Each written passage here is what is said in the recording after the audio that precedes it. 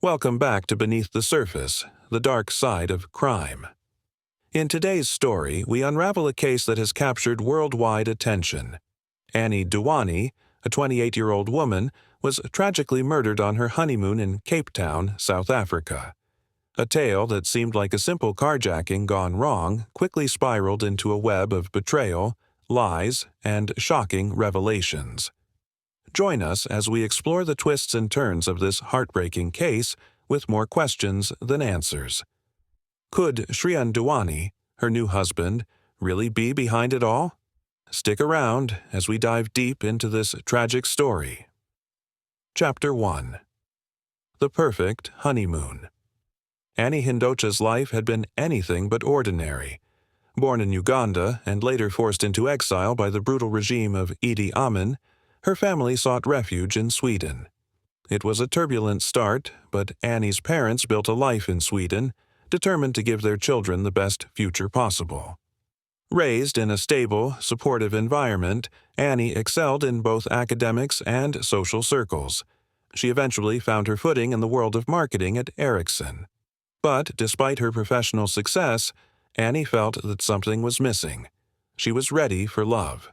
She wanted to find someone who shared her values, someone who would stand by her side through thick and thin. It was during this period of self-reflection that Annie met Shrian Dewani. Born into wealth and privilege, Shrian had achieved considerable success by the time he was 30. He had built his family's nursing home business into a profitable venture, and his charm and wit made him a favorite among his peers. When Annie's aunt suggested that she meet Shrian, Annie was hesitant. But after a few dates, she saw something in him that sparked a connection.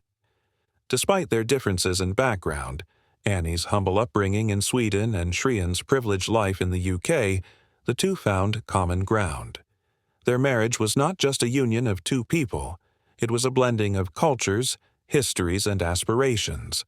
They fell in love quickly, with Shrian providing the stability and confidence Annie had always craved.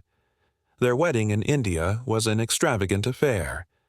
Annie spent months planning every detail, ensuring that the ceremony reflected the grandeur she had always dreamed of. Shrian's family provided the financial backing for the event, and everything seemed perfect. It was the wedding Annie had always imagined. But was it truly the happily ever after she expected?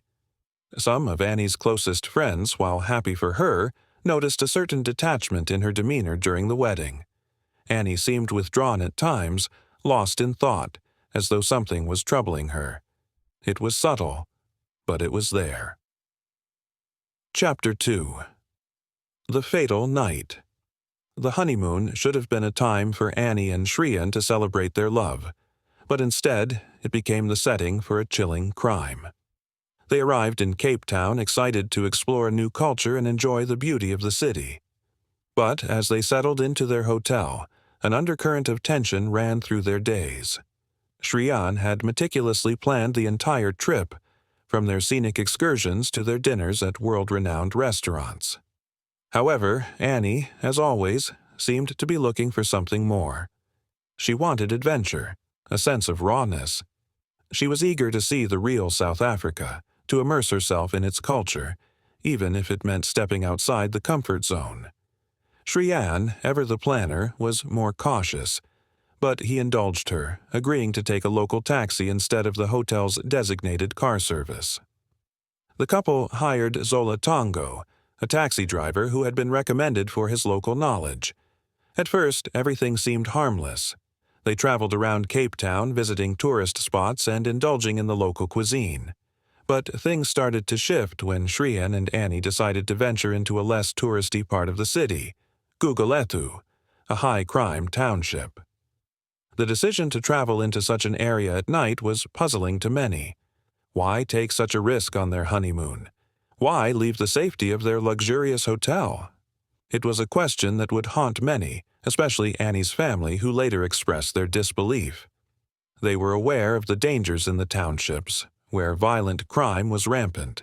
But Annie insisted that she wanted to experience the real South Africa, a place far from the sanitized world of tourist attractions. By the time they arrived at the township, the night had fallen, and the air was thick with tension. The car was suddenly surrounded by two armed men. They banged on the windows, shouting commands in a language Shrian and Annie didn't understand. The men forced Tongo out of the car, and Annie and Shrian were trapped. They were victims of a carjacking, but this was no random attack. The men were there to rob them, to take whatever they could. For an hour, the couple was held at gunpoint in the back seat of the vehicle. Annie, terrified, clung to Shrian. The two men rummaged through their belongings, stealing their phones, jewelry, and anything valuable they could find.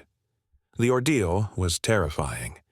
The silence in the car, the desperation in Annie's eyes, and the fear that gripped them both were palpable. Then, just as suddenly as it had started, the ordeal seemed to end. The men pushed Shrian out of the car and sped off into the night, leaving Annie behind, alone. She was never seen again. Chapter 3: The Discovery of Annie's Body. Shrian stumbled around the neighborhood, disoriented and in a state of shock.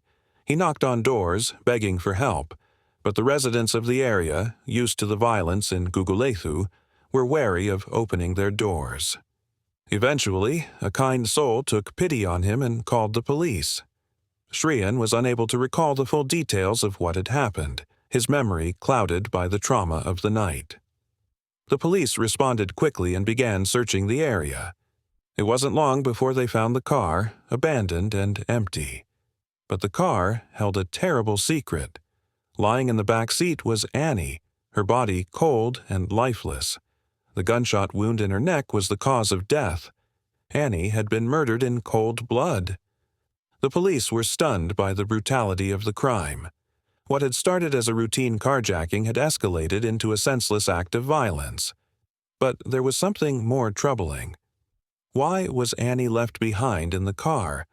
Why was Shrian allowed to go free while Annie was taken?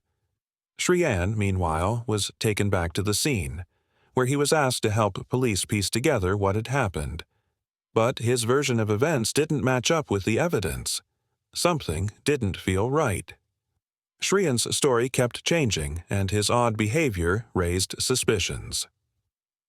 Chapter 4: Shrian's Story Unravels. The inconsistencies in Shrian's statements were the first signs that something was terribly wrong. The police began to scrutinize every detail of his account. Why did Shrian seem so calm after the traumatic event? Why didn't he show more concern for his wife? Annie's family, who had rushed to Cape Town after hearing the news, were horrified to discover Shrian's strange behavior. He seemed more concerned about how the media was portraying him than about his wife's death. He even held a pizza party the night before Annie's funeral, a gesture that was deemed highly inappropriate by those who knew him. As the police delved deeper into Shrian's background, they uncovered more troubling information. Shrian had been engaged in a secret relationship with a male prostitute. The press had caught wind of these rumors, and it became clear that Shrian's life was not as simple as it appeared. Annie's family began to question whether Shrian had married Annie to cover up his true sexual identity. Shrian continued to deny any wrongdoing, but the pieces of the puzzle were starting to fall into place. Was it possible that he had orchestrated his wife's death? Chapter 5: Zola Tongo's Role. Zola Tongo, the taxi driver who had been a central figure in the investigation, now became the key witness for the prosecution. He had been arrested on suspicion of involvement in the crime, but his confession would change everything. Tongo alleged that Shrian had paid him to carry out the murder of his wife. According to Tongo, Shrian had made the request before their arrival in South Africa. The police began to piece together the details of the crime. Tongo's story was supported by phone records and CCTV footage that showed him meeting with Shrian at various times during the trip.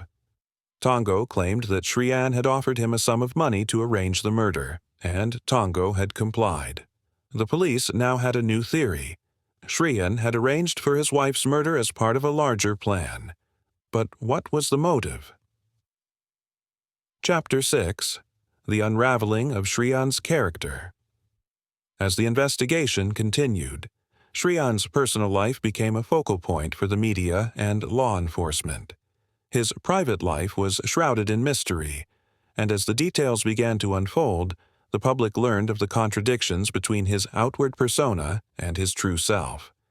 For all his success and charm, Shrian had hidden parts of his identity that had been carefully guarded from both his family and his wife, Annie. The revelations about his sexuality were shocking, particularly because they had never been openly discussed before. Rumors surfaced about his involvement with male prostitutes, and soon the press was in a frenzy, attempting to uncover every detail of Shrian's secret life. The suggestion that he had been keeping his true identity hidden behind the facade of a heterosexual marriage shocked not only Annie's family but also the broader public.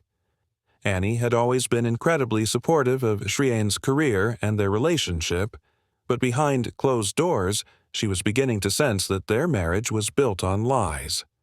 Text messages that were discovered posthumously revealed that Annie had been unhappy for some time. "Crying has become my new hobby," she texted a friend shortly before the honeymoon. There were other texts where she described how distant Shrian had become and how she was struggling with their relationship.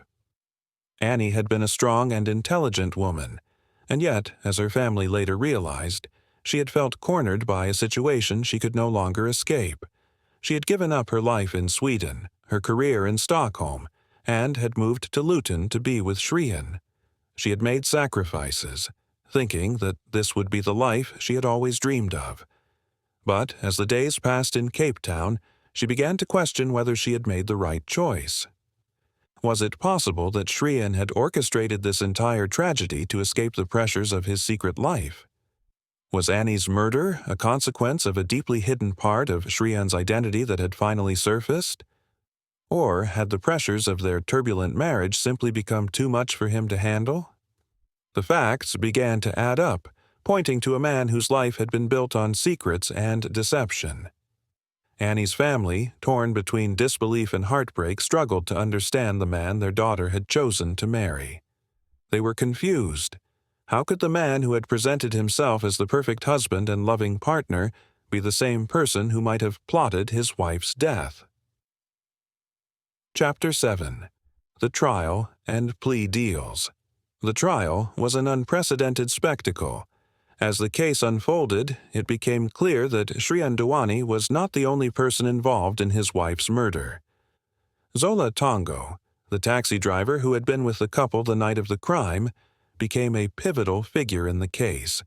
His role as the alleged accomplice was undeniable, and the police's attention turned to him. Tongo, a man who had been nothing more than a driver in the eyes of the couple and the public, was now the key to unlocking the truth.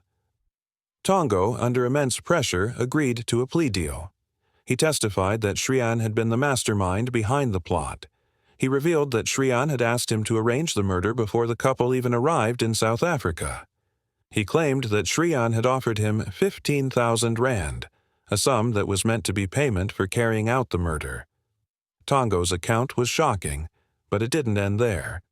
He described how Shrian had given him instructions to stage the carjacking, and how everything had been carefully planned. Tongo's testimony was critical. He described a meeting in which Shrian had asked for someone to be taken off the scene, a chilling way of referring to Annie's death. Tongo had refused, claiming he was not the right man for the job, but Shrian, persistent and desperate, had found others to help him carry out the plot. The chilling detail that Shrian had been in contact with Tongo before the murder and had offered money for Annie's death painted a grim picture of premeditation. But as the trial went on, the credibility of the witnesses was called into question. Zola Tongo's story began to change as he was cross-examined, and the defense used these inconsistencies to cast doubt on his testimony. The prosecution's case started to unravel as key witnesses, including Tongo, admitted to lying in their statements. Tongo himself was now a convicted murderer, and his motives for lying were under scrutiny. Was he truly telling the truth, or was he simply trying to save himself from a life sentence by implicating Shrian? The case seemed to be a tangled mess of contradictions, lies, and half-truths. Shrian's lawyers worked tirelessly to dismantle the prosecution's case, arguing that the evidence was circumstantial. They insisted that Shrian was the victim of a malicious plot and that there was no concrete proof linking him to Annie's death.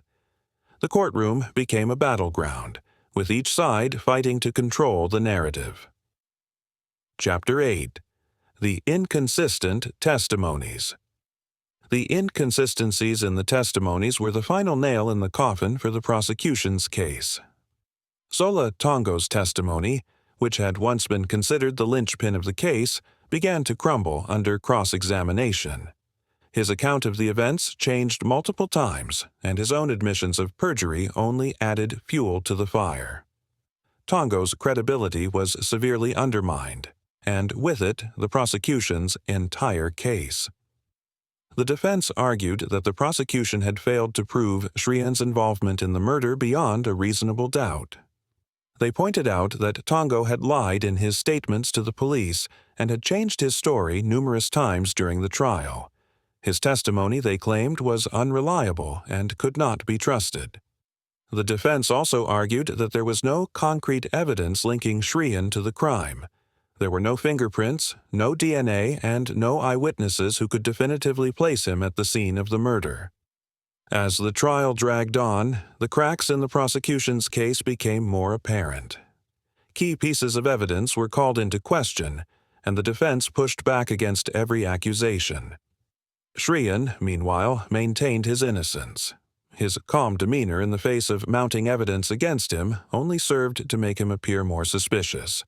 Was he hiding something, or was he truly the victim of a conspiracy? Chapter 9. The Verdict. After weeks of intense legal battles, the moment of truth arrived. The judge, after carefully reviewing the evidence, ruled that Shrian Dewani was not guilty of the murder of his wife, Annie. The courtroom erupted in a mix of shock, disbelief, and relief. For Shrian, it was a moment of vindication. For Annie's family, it was a gut-wrenching blow. Annie's family, who had spent months watching the trial unfold, were devastated. They had believed, with all their hearts, that Shrian was the one responsible for their daughter's death. But now, in a stunning twist, Shrian was free. He had been acquitted of all charges, leaving Annie's family to grapple with the reality of a justice system that seemed to have failed them. The media, too, was shocked by the verdict. The public had been convinced of Shrian's guilt, but the lack of concrete evidence had ultimately led to his exoneration. The case became a symbol of the complexities of the justice system, and many began to question whether Shrian had truly gotten away with murder. For Annie's family, the pain of her death was compounded by the unanswered questions. They had fought for justice, but it seemed that the truth would remain elusive. Despite the verdict, Annie's family vowed to continue their fight. They would not give up on their daughter's memory. They would keep searching for the answers that had been denied to them in court. Conclusion: the case of Annie Dewani remains one of the most perplexing and polarizing cases in recent criminal history. Despite Shrian's acquittal, the questions surrounding his involvement in Annie's death continue to haunt those who knew her. Was it a random act of violence, as Shrian claimed, or was it the result of a premeditated plot orchestrated by the man who had promised to love and protect her? For Annie's family, the fight for justice is not over. They continue to seek the truth, even though they may never find the answers they are looking for.